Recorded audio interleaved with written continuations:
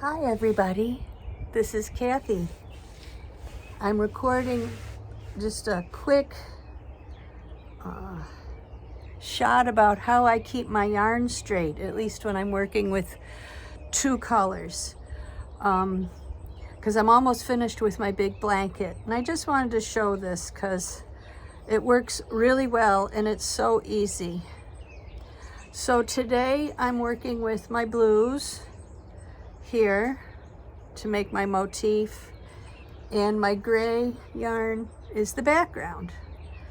So what I like to do to keep my yarn from spinning and getting all tangled when I'm working with it is I have to keep one working color to what I call the front or the far away side, and the other working color to the back, or what I call the closer side. If I'm sitting in my lap, then this would be the back and this would be the front.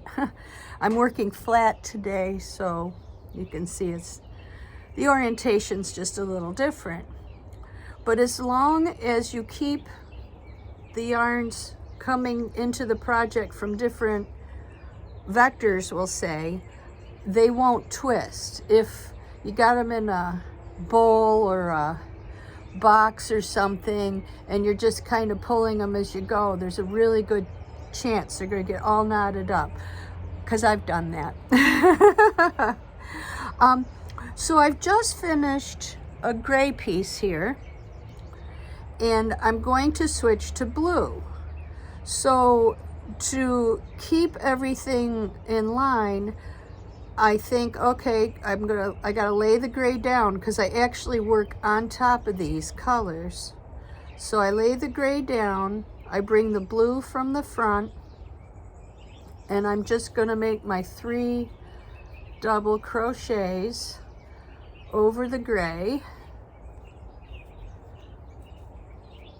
like that. Now, it's time to change back to the second color. So I've laid my blue back to the front or away from me.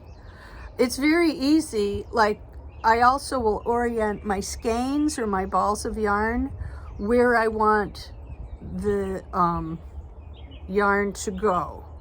Because if I have like both my blue and my gray here, there's a good chance I'll pull the blue to the back and then start getting a big knotty mess. So I take my blue yarn, which is my front yarn just for this, and I pull it to the front. Just kind of a reminder, because I'll forget which is going which way.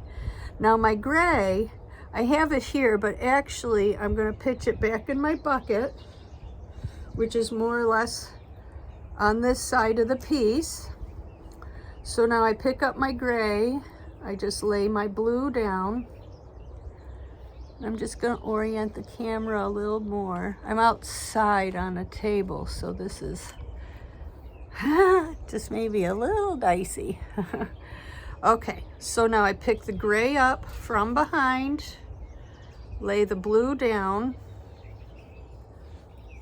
and I'll do my 3 double chains. And if anybody's wondering, I think I put it in another video, but it takes me about a half hour to do a row. Okay, so now I did my 3 double chains in gray. I'm not going to lay the gray in front. I'm going to bring it to the back. Then I take my blue in the front, and I'll get that started. And as you can see, I just kind of lay them out. And I start with my blue again.